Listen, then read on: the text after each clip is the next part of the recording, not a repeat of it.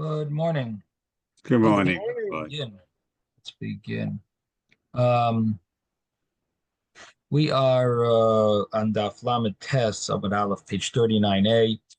And yesterday we spoke about saying a bracha before a mitzvah. Oyiver las yasin. It's a very famous halacha that all mitzvahs, kol ha-mitzvahs kulan, all the mitzvahs are supposed to be fulfilled um, in a way that you say the bracha before you do the mitzvah. Mavarech aleihen oiver la'asiyos, and you say the bracha before you do the mitzvah, which is uh, something that really plays a role in many of the daily things that we do. For example, putting tefillin on. When do you put the tefillin on? You put the tefillin on your arm, but before you tighten it, you say the bracha. It should be oiver le'asiyasan before you're actually doing the mitzvah. And why did the Gemara bring this statement about oiver le'asiyasan? So the reason the Gemara brought it was the Gemara was quoting the Mishnah. The Mishnah had said that when it comes to reciting a bracha on Hallel, so the Mishnah said, "Kol kaminig Medina," right? That it goes by the minig of the place. That's what the Mishnah had said. Levarech yevarech. If it's a place where the minig is to say a bracha, say the bracha. Whatever the minig is, say a bracha on Hallel. So the Gemara says, yeah, wherever it's a minhag to say the bracha on Hallel, say the bracha on Hallel. The Gemara says that's the after bracha, but the first bracha you got to say a bracha, and you have to say it before. The bracha on Hallel is before. That's when you have to say the bracha. The after bracha, the Gemara says that's what the Mishnah is talking about. Is minhag. Maybe you have a minhag to say it, you don't have a minhag to say it, but the bracha before Hallel, that's all that falls into the category of all mitzvahs. You have to say the bracha on those mitzvahs before you do them. And so this would be a obligatory mitzvah. It's not an obligatory bracha, and it wouldn't be subject to depends on the minhag.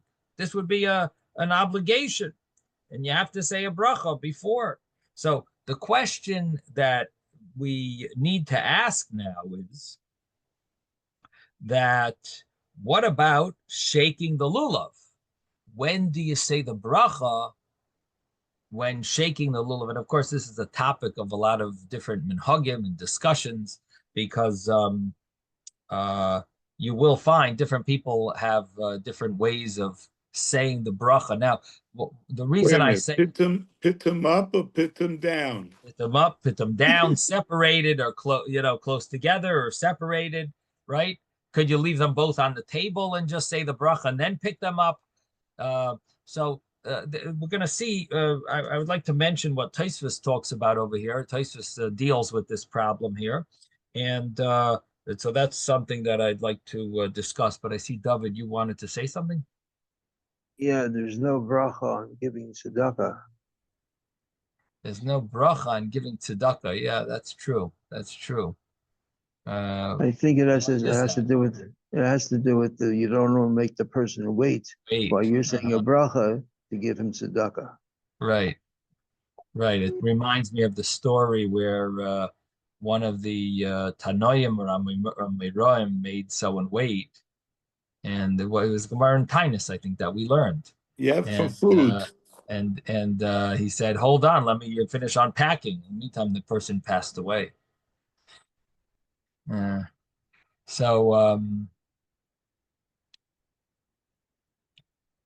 who that was, but he had passed away without legs, or he didn't have legs. He was in bed. He didn't have arms. He says, "Why did the students asked him, why did this happen to you?" And he said, "Because he made that poor person wait." I'll have to look up again with exactly who that was. Mordechai, you don't remember exactly?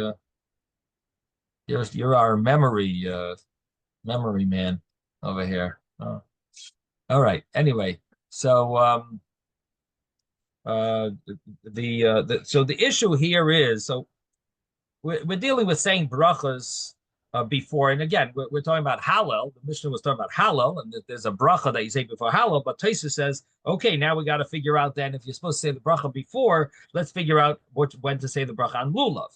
Now, one of the halachas that is hinted to over here, even though it doesn't say it explicitly, is that you're supposed to say a bracha before you do the mitzvah, but not way before. It's right before. And in fact, one of the commentaries says that that's why we use the term Iver la'asiyasan, which is not the common term. The common term would really be koidem, before you do it. But we don't use that term. We use the term Iver la'asiyasan. When you're passing to its doing, passing over to do it, that's when you say the bracha. And the understanding is that you're about to do it. When you're about to do the mitzvah, that's when you say the bracha. So Tosfos over here, Oiver La'asiyasan, he says that because of this law that you're supposed to do the mitzvah, Oiver La'asiyasan, so you have to say the bracha on lulav before you actually lift it up. Because we know, it was mentioned a few times, we've seen it, we've discussed it, and it was that once you lift up the lulav, you fulfill the mitzvah. And if you have to say a bracha before you do it, so then before you lift it up, what does that sound like? Leave it on the table or leave it in its container and say the bracha and then take it. That's what Tosfos says. That's what it sounds like. However, Tosfos says it's loy mistaber klal. How could you say a bracha if you're not even holding it? If it's there in a container, or if it's on the table. Tosfos doesn't say on the table, but that's seemingly what he means, that even though you're not holding it, you're just leaving it on the table and you're saying a bracha. It said that doesn't sound right. How could you say? In other words, Tosfos is saying based on the fact that lifting it up, you fulfill the mitzvah. So I guess you got to say the bracha before you lift it up. If lifting up is the mitzvah, then you got to say the bracha before you lift it up. Oh, it's still in its container. It's still on the table, and you're going to say the bracha? Does that make sense? So Tosfos says, and Tosfos says it doesn't make sense. You think about tefillin. What do you do when you put tefillin on? You say the bracha from when you place it on your arm until you tighten it. So the same thing is now. If you are going to say the bracha on lulav before you even picked it up, that would not be appropriate because it's not ready to be done. Tefillin, we don't say, oh, you got to do the mitzvah, the bracha before you do the mitzvah. Okay, the tefillin's in the bag. I'll say the bracha, and now I'll put it on. No, we don't say that. We say put it on your arm, get it ready, and it has to be all ready to do the mitzvah. Then you do the mitzvah. So the same thing Tosfos says, doesn't seem right that lulav I'm going to leave on the table, and then if it said the bracha, okay, now I'll pick it up. No, it's got to be fully ready to do the bracha. It should be in my hand, ready. So he says, I don't understand how to do the lulav mitzvah with a bracha appropriately. Rav Shimon ben Gamliel was the one who found justification for his violent death because he kept the poor man waiting. That's who it was, Rav Shimon ben Gamliel? Really? I believe so. I'm in the middle of looking still in Safari. That's what I got so far. I looked at something else. I saw something else because I asked Microsoft Copilot, and it says it's Masechta Gittin 7a. The incident was Nachamish Gamzu. That's what I thought, and I think it's in Tainus as well. It was Nachamish Gamzu? That's what I was thinking. Nachamish Gamzu, yeah. Yeah, I think if I remember correctly, it was Nachamish Gamzu. Yeah. It says he was entrusted with funds to deliver tzedakah, and there was delays, and the recipient passed away before the funds could be distributed. Yeah. Is that it? So anyway, yeah. Sorry. Anyway, so Tosfos is dealing with this issue of so when would you lift up? When would you say the bracha on lulav? So Tosfos says maybe when you start taking the lulav, but before you took the esrog. Now, that would be over leyasiyasan, because one, it's before you do it, because one is ma'akiv the other. One needs the other. You need to have the esrog in order to fulfill the mitzvah, and therefore, if you took the lulav and you didn't yet take the esrog, so then you could say it's before the mitzvah is done, but you're already ready to do the mitzvah. So that's one option, Taisus says. So Taisus doesn't like the option of leaving the lulav and the esrog on the table. He says maybe if you just take the lulav in your hand and leave the esrog on the table, that would be an option, because one is ma'akiv, the other one prevents the other from fulfilling the mitzvah. So if you're only holding the lulav and you're not holding the esrog, you are not able to fulfill the mitzvah. So it's not a fulfillment of the mitzvah yet. In this way, you said the bracha before you fulfilled the mitzvah. Another option, he says, you took both of them, but the pitum is down. So it's not derech gidi lasan, the way it grows. The way it grows is the pitum should be on the top. And if you turn it over, you have the pitum on the bottom and the ukit's on the top, the stem is on the top and the pitum is on the bottom. So then you're doing it the wrong direction, and then you're not fulfilling the mitzvah. So you're holding it, you're ready to do the mitzvah, and then when you finish the bracha, flip it over and give the shake. The esrog grows with the pitum up? Yeah, the initial growth. Now, after it gets too heavy, it falls down, it falls lower, and it flips. But the initial growth is the the bud. Yeah, is from the stem. From the bud, okay. Right. It grows out from the stem. From the bud, from the stem. Now, so that option, so the first option Taisus gave was hold the lulav, don't hold the esrog. Second option is hold the esrog upside down. Now comes the third option, Taisus over here says, is that maybe you could fulfill these criteria of doing the bracha before fulfilling the mitzvah, is hold everything properly, but have in mind that you're not fulfilling the mitzvah. You're specifically not yet fulfilling the mitzvah with you lifting it up. So you lifted it up, but you should have fulfilled the mitzvah by doing that. But you specifically had an intent, I'm not fulfilling the mitzvah with this lifting up.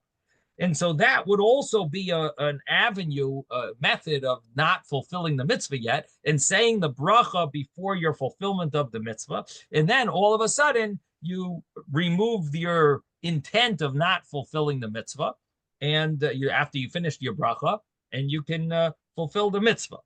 Then comes Taisus's fourth option. Yeah, I'm sorry, Ezra. So why isn't one of the options that you hold the lulav upside down? It is. Oh, the lulav upside down and not the esrog upside down? Mm-hmm.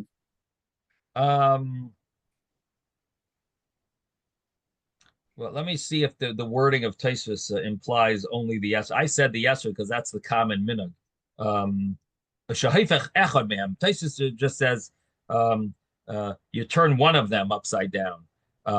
Now, I would say it's more practical, the esrog, but Taisus actually doesn't say specifically the esrog. He says that any one of them you could turn upside down. So you're right. You could do the lulav. I don't think it's practical to turn the lulav upside down. It'll bang the floor, the tip, and so I don't advise it. You bang into someone, bang into the wall of the. It's a little big to start maneuvering. The esrog is a lot more simple, and also with the lulav, things fall out. The hadassim and rabbis might fall out possibly, especially if you use the Ashkenazic holder. So for various reasons, my suggestion is use the esrog. But you're right, Ezra, you are correct. The Taisus does not specifically say the esrog. Rabbi, where's the place? I'm talking outside the Taisvis over here, Oiver Lasiyasan on page 39a, but I'm not reading it inside. It's a very long Taisvis. Must be about 30 or 40 lines, this Taisvis. Oiver Lasiyasan. So I'm just telling you outside what Taisvis says. On which Gemara? On the Which Gemara? The that's Gemara that's before the Mishnah, and it talked about Hallel. Do you say a bracha? Is it a minhag to say a bracha? So you should follow the minhag. If your place has a minhag not to say the bracha, don't say the bracha. And the Gemara says that that's about the after bracha of Hallel, but the first bracha of Hallel, everyone agrees because you're supposed to say a bracha before you do a mitzvah. Yeah, I'm sorry, I have to disagree on that because as I said, the minhag Edot HaMizrach is you don't say a bracha for Chatzi Hallel. Right, and the reason is, and why is that? Because even the Hallel is not a mitzvah; it's only a minhag. So it's only a minhag according to there's room to say that you don't say a bracha. But if it's a mitzvah like the full Hallel, then you would say a bracha. Again, we're talking about all mitzvahs.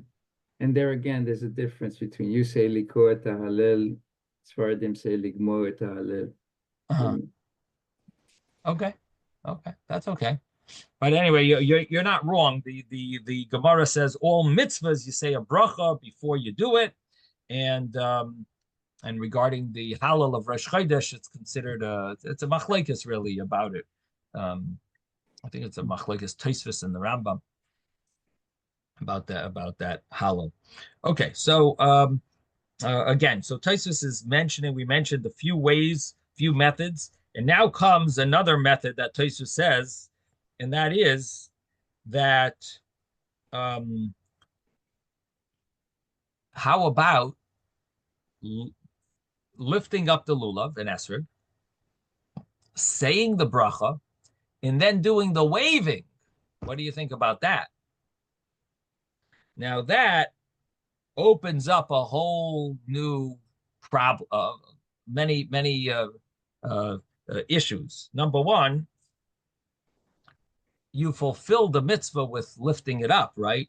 So is the waving part of the mitzvah or not?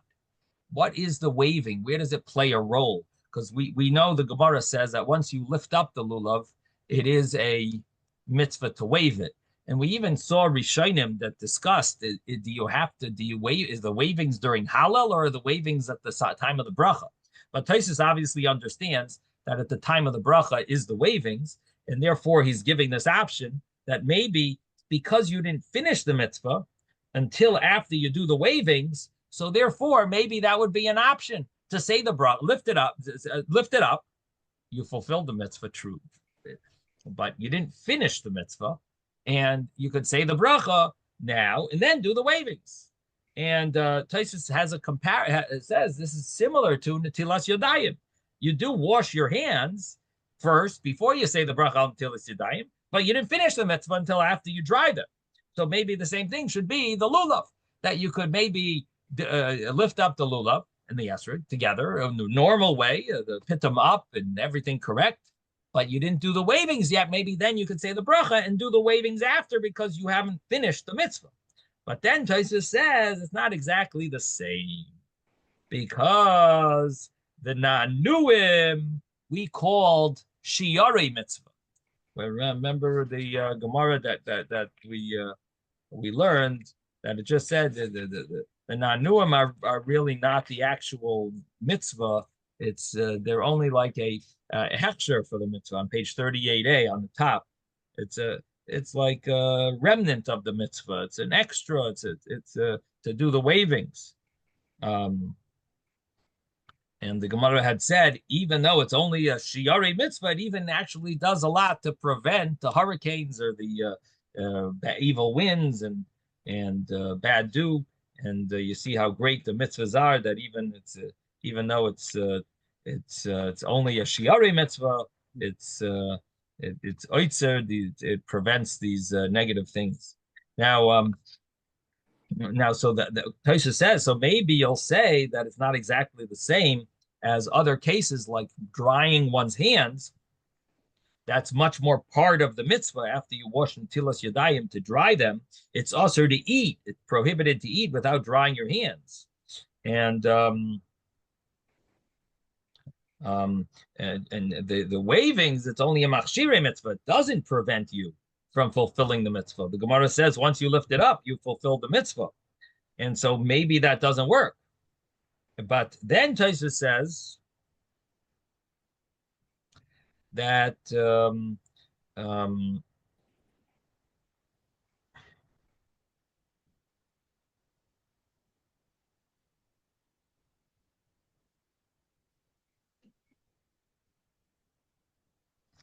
Tosfos basically says that as long as you didn't waive it, you could still say, since the mitzvah is not completed, because you need to waive it, you could still say the bracha. He brings a proof, a little complicated proof, but he brings a proof from Masechta Pesachim, based on how you word the bracha. But the bottom line is that until you waive it, you could still say the bracha. And then he even says that there was a minhag that they would walk around with their lulav all day, and wherever they went, and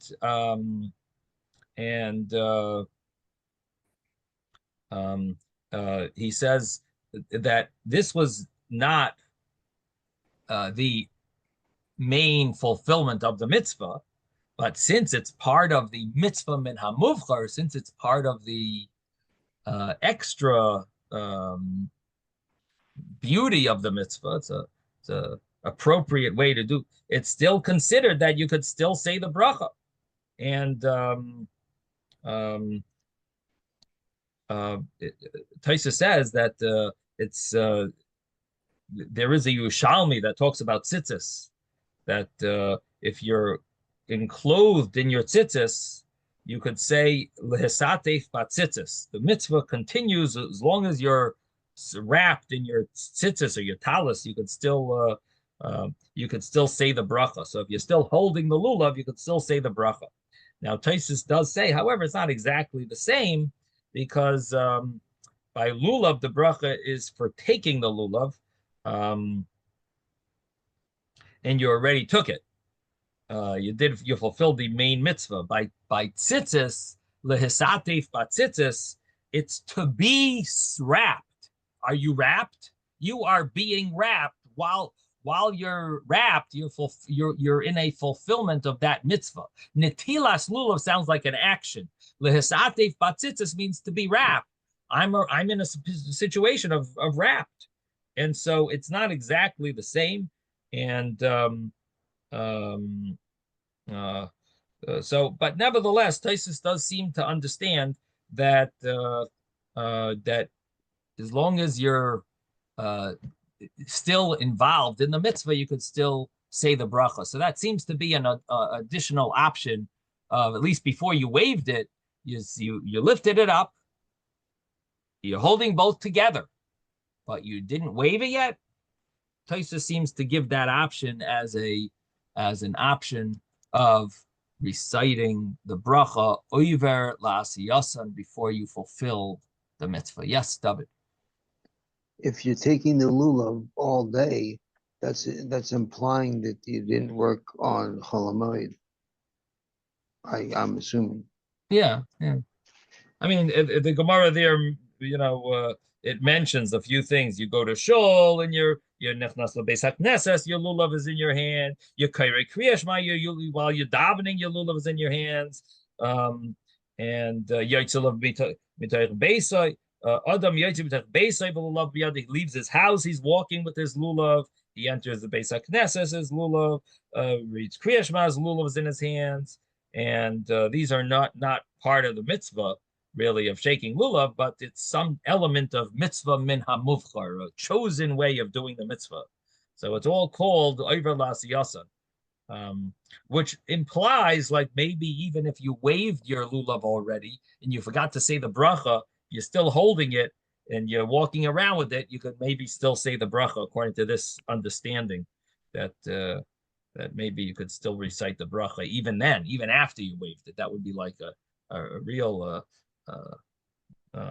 chiddush to say such a thing. But no, I was wondering, because if you're even though you're allowed to work, the implication is you shouldn't work.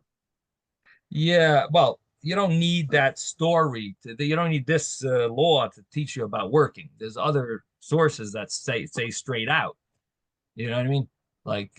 number one, it's called the Yom Tov, and it's Asar Basias Malacha, except for Davar Ha'avad, only something that's a lot. I mean, there are statements that say it clearly. You don't need this halacha really to say that.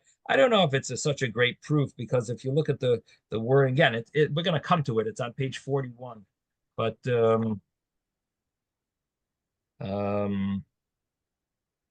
I was thinking it's not a proof that you're not allowed. It's an implication that you shouldn't, even though you're allowed.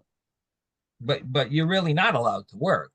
It's only a certain heterim in certain scenarios where you're allowed to, but really work is usher on Chol Hamoed.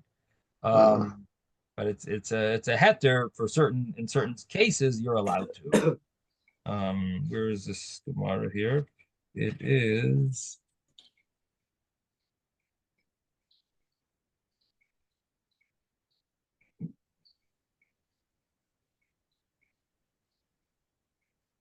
It's at the end of page 41b. It says the person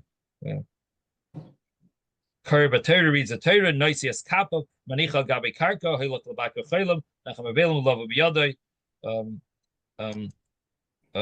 He even goes to be Mavaka Chelam, Nicham Avelim, his lulav is in his hands, Nichnas Beis Medrash, he goes to study Torah, he sends his lulav to his son.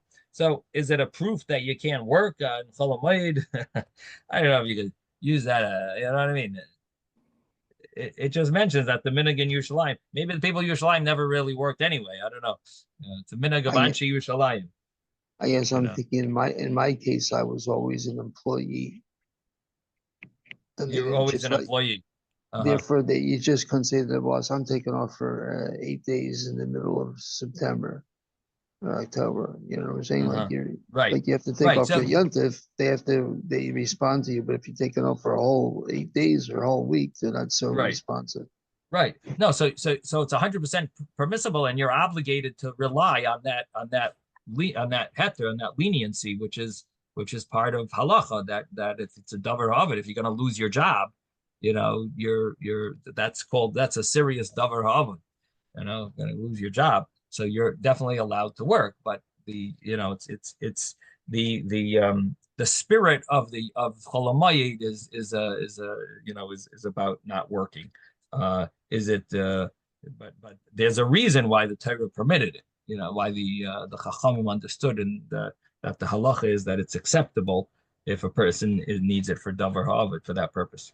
Anyway, so I don't know if you could say you see a major proof from here. It definitely doesn't look like they were working, but I don't know what they, it's not a, they went to be Bikuchaylem and Nicham Avelem, You're right. It doesn't say he would go to work and hold his lulav. So maybe that is a proof. I don't know. It's not a very clear-cut proof that I could tell you. But there are other sources about working, that talk straight to that halacha. Okay. So that was this Taisvis.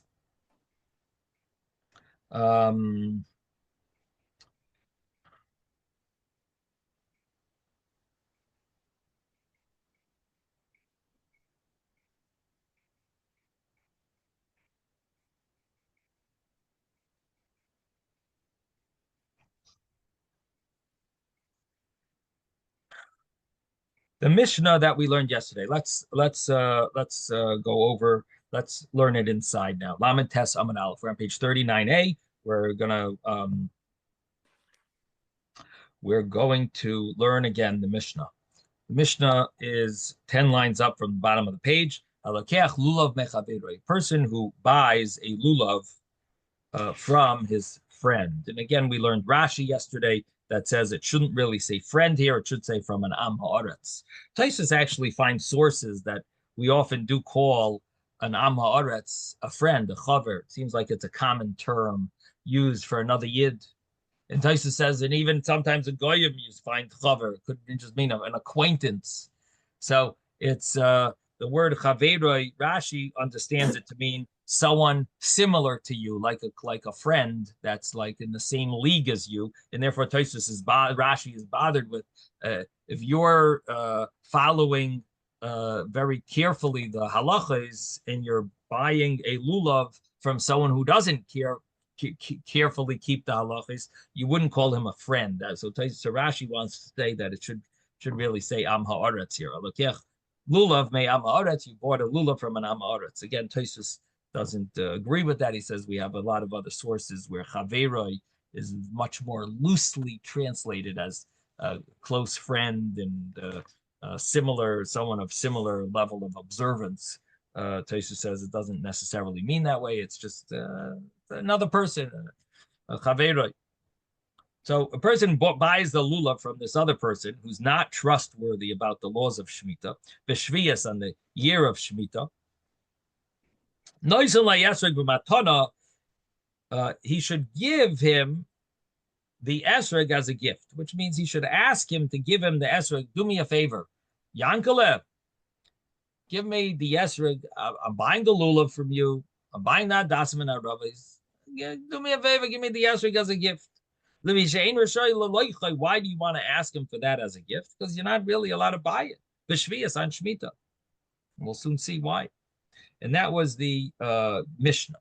The Gemara says, what about what happens if he doesn't want to give it to him as a gift? I'm not giving this to you as a gift. This is my business. You got to make money. I've been, this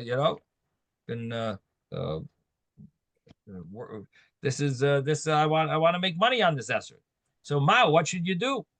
So Rav Huna mavliya leid me esrog belulav. So Rav Huna says you have a way out, and that is you include the money that the esrog is worth into the lulav, into the cost of the lulav. So you tell the amoretz, Yankala amoretz, do me a favor. You want $200, $100 for the lulav, $100 for the esrog.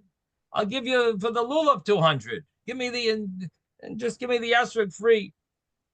The esrog will be free. I'll give you 200 for the lulav, and you give me the esrog free. So that's what you tell him, and if he's normal, he'll agree to that, because what does he lose? He's making the same $200. The lace of lay behedya. So the Gemara says, what's really the reason that this is prohibited? What's the prohibition of giving him money for the esrog? What does it boil down to? What's the bottom line? What's the isser over here? The lace of lay behedya. Let him give him the money straight out for the esrog and pay for the esrog. Why do you have to make this with this shtick? Just pay for it. Buy the esrog. Lefisha ein meisrin may peiroi shviyas liamoretz. So the Gemara says, you know why? Because you're not allowed to give over money of Shemitah to an amoretz. Rashi seems to explain this, that the problem is the amoretz is going to keep the money, and there's laws about how long you could have demei shviyas, money of Shemitah money.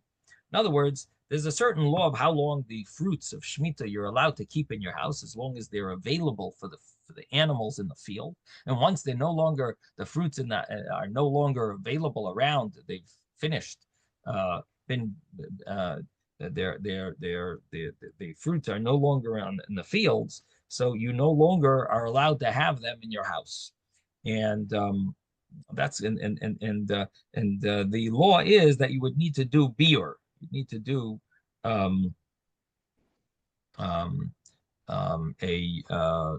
hefker. You'd make either hefker or machlokes, really, if it has to be burned or it has to be biur. Literally could mean burn, or it means that you are mafkir. You have to make it hefker, go in front of 3 people and say, I am making this ownerless. Anyway, bottom line is that the money that is exchanged for Shemitah fruit, that carries the holiness of the Shemitah fruit on it. So the Shemitah fruit stays holy, but the money also grabs onto that holiness. So what happens is that the money also has laws when that money has to be gotten rid of. Now, the law is that you're not allowed to cause someone to do a sin, and by giving an amoretz this money, which is being paid for the esrog. So you have the esrog. You'll take care of the esrog, that it give it the holiness of Shemitah fruit, whatever the rules are, which will apply to the esrog. But also the money now that you're giving to the Am Haaretz, to the ignorant person, he now is going to have to keep those laws, which he's not going to. And so you are transgressing the prohibition of placing a stumbling block before a blind man, and you're causing him to sin, which is a very common problem that we often have to deal with. Because, for example, let's say a Jewish person stops you in the street on Shabbos and says, can you give me directions? He's driving his car. He pulls up to you. Can you give me directions? And he's Jewish. And he wants to know how to get to the local Reform synagogue, so he's Jewish. And the problem is, you're going to give him directions. You're causing him to sin because you're sort of directing him to drive, where to drive, how to get there. So these are issues that come up, causing another Jew to sin. It's called Lifnei Iver. You're putting a stumbling block before a blind man. You're causing someone to sin. You're involved in causing someone to sin. And that would be a problem here, because you're causing this Am Haaretz to sin with the Shemitah fruit. So that's the way Rashi understands it, is because of the money is going to have Kedusha Shvius, and it seems that maybe he's not going to get rid of the money when it needs to be gotten rid of. Taisha says that's not the issue here. Taisha says the issue is that it's to be more precise, Rashi is understanding he's going to keep the money, and he's not going to get rid of it on at the time of beer when it's supposed to be disposed of. He's going to just keep the money and get rich with that money, or use it for his savings. Now, Taisa says that's not the problem. He says there are much produce on Shemitah that doesn't have beer, doesn't have laws of beer, and therefore, according to you, all the prohibition of selling this Shemitah produce would not apply to those items, because those items have no law of getting rid of the produce at a certain time. Like, for example, branches of certain trees, they're always going to be there. They're not going to be gotten rid of when fruits, the animals in the field will eat, but the branches are not going to be gotten rid of. And therefore, those don't have a law of biur. They don't have a law of a certain time when you have to get rid of them. And therefore, Taisa says, according to that, there's no problem with selling those items. So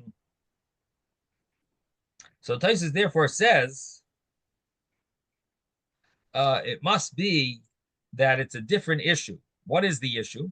The issue is that there's certain prohibited things to buy with money of Shemitah money. You're not allowed to buy a non-kosher animal. You're not allowed to buy a slave. You're not allowed to buy earth, ground, property. You're not allowed to buy clothing. And you can't use it for the bathhouse, to pay the bathhouse person, to the boat, for a boat ride, for a haircut. These are all prohibitions. It has to be used achila, shia, and sicha, eating, drinking, and smearing. And those are the things that person is allowed to use, the pay rice, the fruit of Shemitah. And the same thing would apply with the money of Shemitah. And if you give this money to the guy, what's he going to do with it? He's going to go on a cruise with it. He's going to do something that you're not allowed to do. And therefore, this is the way Taisus understands the prohibition. Again, the issue is that you're giving the ignorant person, or person who's not careful about mitzvahs, is called an Am Haaretz. You're giving him Peirei Shvius, holy, something that's holy that he's not going to take care of. So you're causing him to sin. So therefore, you can't buy an esrog from him, because the esrog is a Shemitah esrog, and the money that it's exchanged for is going to be Shemitah money. It's going to have Kedusha Shvius, it's called the Mei Shvius. It's going to have the holiness of Shemitah on it. And there are certain things that you're not allowed to buy with that money. And the understanding is that that you're causing him to sin because he is going to end up buying. He doesn't know to keep those laws. He's going to end up buying those things with the Shemitah money. So this is the problem. So how do you get around it? So our Mishnah had one way, and that is beg him for the esrog to give it to you for free. The Gemara has an alternative way. He's not going to give it to you for free. So no problem. Pay him double for the lulav. And the esrog, he'll give you for free now because you paid him the full amount that he was expecting anyway. You're just giving it to him for the lulav. So therefore, he'll agree to give you the esrog as a gift. So now when you give him $200, does that $200 have the holiness of Shemitah? No. Why doesn't it have the holiness of Shemitah? Because the esrog you got for free. You didn't give him $200 for the esrog. You gave him $200 for the lulav. And the lulav, we'll see in the Gemara, is not a problem. The money doesn't become holy because the lulav is not called Shemitah lulav. The lulav was called the 6th year lulav. The esrog is going to be called the Shemitah esrog. The lulav is going to be called the 6th year lulav. And therefore, it doesn't have holiness. So therefore, if you pay $200 for a 6th year lulav, it's not going to be Shemitah money. Okay. Now, the Gemara says, the Tanya, because we learned in a brisa, it was taught in a brisa. What was taught in a brisa? Ein Moisrin, the may perish be Islam Aretz, yes, it mustn't shal sudas. You're not allowed to give money to an Amaretz for fruit of Shemitah more than the value of 3 meals. Why? Because we're afraid, according to Rashi, we're afraid he's going to keep that money. And even though the money is supposed to be gotten rid of at a certain time, beer, the zman of beer, when it's supposed to be gotten rid of. Again, Taisus will understand it to mean that he's going to use the money for the wrong things that you're not allowed to buy, pay with Shemitah money. And therefore, but you are allowed to give him up to 3 meals. You can't give him yoiser more than 3 meals worth. But 3 meals you'd be allowed to give him. Yes. Now, Ezra, do you want to say something? Who's talking? Okay. That's David. He's talking on the phone. Oh. Okay. So so the Gemara says, the imasar, what happens if you did? You bought something from him that was worth more than 3 meals. What would happen then? The imasar yoimar harei mo'ois elu halalu yehumachulalan al peiros sheyesh li b'seich beisi.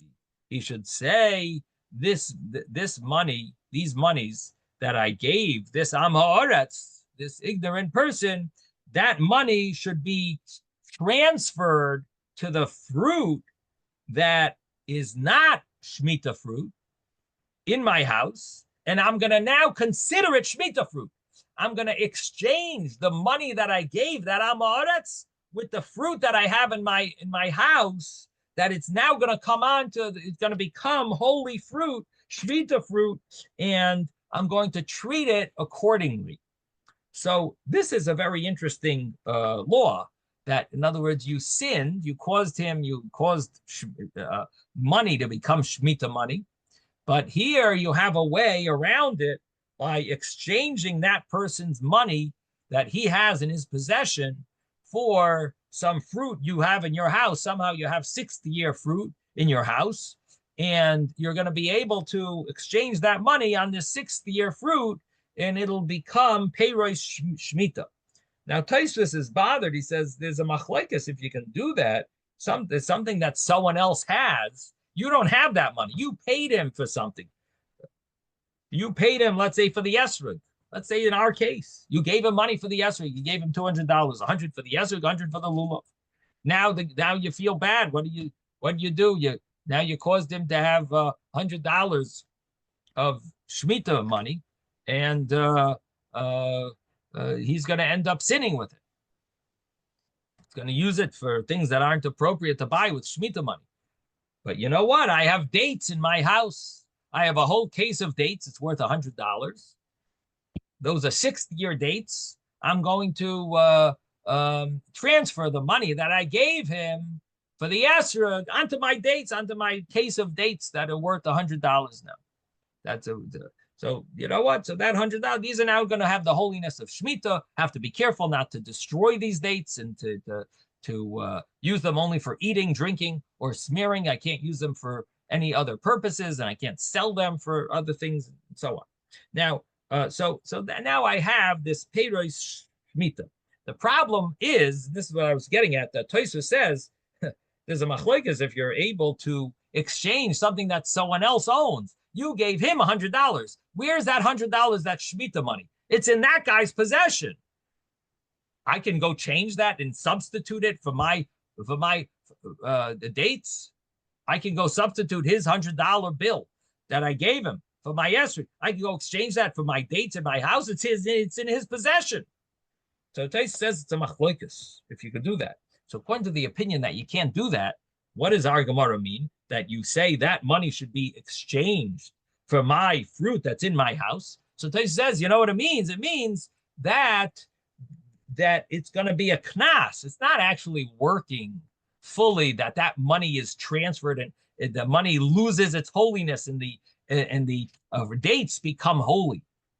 It means that the rabbis said if you sinned in this way, you should, this is your punishment, is that your knas, your penalty is that your dates become at least $100 worth of them. That you have to make them pay Shemitah, and you have to consider them the fruit of Shemitah, but not that in essence that the value of the money of the Shemitah gets transferred in a real way. It's more of a knas, more of a penalty, according to that opinion. Now, so that's the end of this page. We turn the page, Uba the Oichlan. And then you can go and you can eat these dates that my example was dates. You can go and that you transferred this money from your esrog, from whatever else you sold, this amaretz. You transferred it onto your dates. Then you go and eat those dates, b'kedusha shviyas, with the holiness of Shemitah, which is achila, shasiya, sicha, hadlakas aner. You have to have benefit from it properly, and not for other uses that it's inappropriate. You have to eat things that are proper to eat, anoint things that are proper to anoint, and so on. Now, the Brisa says, when does this apply? That he's allowed to buy from an amaretz up to 3 meals worth, and you're allowed to give him that amount of money. That's only if you're buying from someone who his field they were harvested from a orchard that's hefker, that's properly made ownerless. In this way, the person who sells it to you is not considered a choshud al shviyas. It's not considered that he is suspect. Thank you. Suspected of transgressing Shemitah. Nevertheless, you can't give him a lot of money. You only give up to 3 meals worth. If you give him more, we are worried that he's not going to take care of the money and with the holiness of Shemitah. Now, but if you are buying from a person who's getting his produce from a field that was guarded, from an orchard that was guarded on Shemitah and was locked, there was a fence, there was a guard, and so this is not considered allowed on Shemitah, and it's the person who's selling it to you is now considered a choshud al shviyas on Shemitah. He's considered suspected for transgressing Shemitah because he transgressed this mitzvah of keeping it hefker. And afilu b'chatzi iser asur, even to buy a half an iser, which is obviously a small coin, would be prohibited.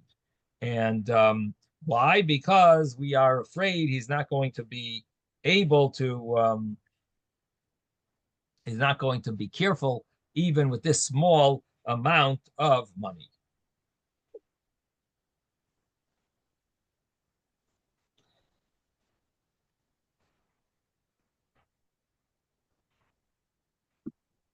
There is a question over here. What happens if you're not sure? The Brisa talks about cases where you're sure. It's either Meshumer or it's Hefker. If it's Mufker, it's okay. If it's Meshumer, it's a problem. What about if it's a suffix? It doesn't really say. So the commentaries talk about this. What is the what is the law in the case where it's a doubt? We don't know. Maybe we'll talk more about it.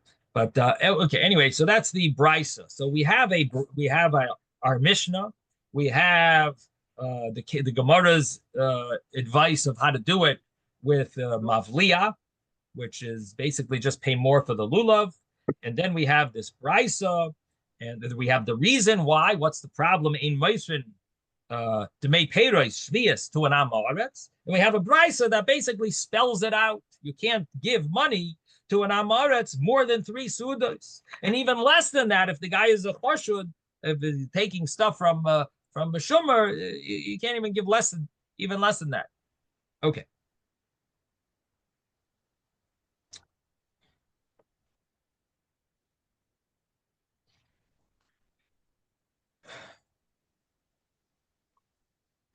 Now the Gemara says, Mesav Rav Sheshis. So Rav Sheshis asks a question, Mina Mufkar Shalish Sudas Sulai. If something is hefker, you can only buy up to 3 meals and not more than that for a minu.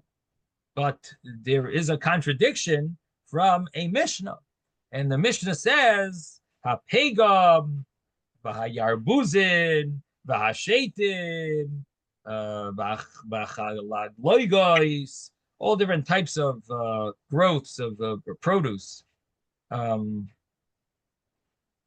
Vakuzbar, Shebaharim, in the Kuzbar of the mountains, Vakarpas, Shebanaharois, the Karpas of the rivers, Vahagargir shall Afar, and the Gargir that's grown in a place where of Afar, where they have grazing, all these all these types. Peturin min ha-meiser. These are things that are exempt from meiser. I'm sorry, is someone asking a question? No, I was going to tell you what it says over here, what they are. You want to translate these? Oh, that's great. Yeah. Yes, David. The first two are Ru, R-U-E, and Sorel, S-O-R-R-E-L, which are 2 types of herbs. And then the next ones are vegetables, such as asparagus, purslane, P-U-R-S-L-A-N-E, coriander, that's found in the mountains, water parsley of the rivers, and garden Iruka, E-R-U-C-A, garden Iruka, are all exempt from the requirement of Meiser. Okay, thank you. Etc., etc. Yeah, good. What would we do without Rabbi Steinsaltz? Just makes me hungry now. Let's go eat. I don't know about those things, but okay. Have some coriander. Yeah, coriander. On your asparagus. Now, how about those first 2 things? The roux. It sounds like some animal food or something. I don't know. Anyone know what that is? I mean, all right. So anyway, all these things are patim and amais. 2 types of herbs. Herbs. Yeah, 2 types of herbs, Ru and Sorel. I regret not knowing. So Peturim and Amaiser, these are all exempt from Meiser. V'nikchen mikol adam b'shvius, and you can buy them from any person on Shmit b'shein ki yoytze ben nishmar. There's nothing similar to them that are ever guarded. It's not the custom that they are that those type of things are guarded. I guess they're not expensive, and it's not something that people would steal, and so therefore you would be allowed to buy them from anyone on Shemitah. They're considered hefker. They're considered ownerless. They're pater from Meiser, and you can buy them. They're like ownerless. They're considered hefker. Now, so what's the problem with that? So that seems to be a contradiction that to what we just said, to our brisa. Why? Because in this Mishnah, what does it say? That anything that's not guarded, you're allowed to buy. But the previous brisa said things that are not guarded, you only can buy up to three meals. It's from hefker. And here we say you buy as much as you want. So the Gemara says, "Who ma'isem lavu mafarik law?" He asks this question, Rav Sheshas, and he answered it bichdei mon shanu, that it means only a certain amount, the amount of mazoin, the amount of a person's mazoinos, meals, sustenance. In other words, 3 meals worth. That this Mishnah was talking specifically about a certain amount. My mashma the high mon lishna de mazoinihu. How do we know that when it says mon, it means mazoin? So the chsiv, because it says in a pasuk, vayeman lahem hamelech, that the king gave them set aside sustenance for them. So that means that that the word mon means mazoin. So that's the Gemara's understanding that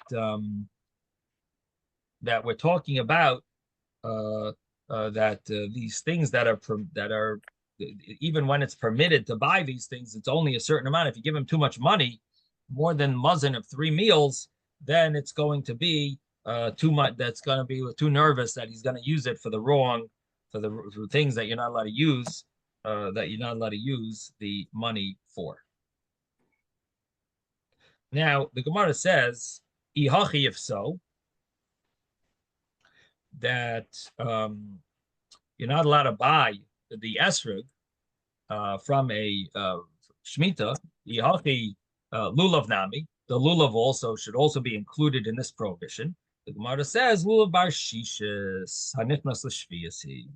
The lulav is a 6th year lulav, and it's considered maybe you harvested it after Rosh Hashanah of the 7th year, but it grew majority in the 6th year. And we go after the time by a tree, you go after the time of the chanata.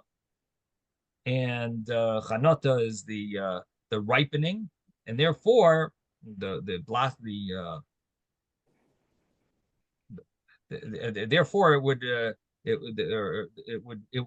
would basically be now it doesn't depend on when you harvest it, it depends on when it ripened. So it would basically be a 6th year fruit. So what about the esrog? Gemara says no. Esrog is different. Why don't you say the esrog is the same? That it's the 6th year entering the 7th year, and it shouldn't be it won't be holy with the kedusha, with the holiness of Shemitah. Esrog basalakita is linan. Esrog is different. It's different than other trees. That the law by an esrog goes by the lakita when it's harvested. It's similar to vegetables. Vegetables go by the harvesting, and therefore the esrog will be called the 7th year esrog. The lulav will be called a 6th year lulav. Okay, we're going to stop here. Zygazot, everyone. Rabbi, yes. that first roux, it says here that it's used as a spice in cooking and as a medicinal herb. And in Roman times, it was used as an antidote to poisoning.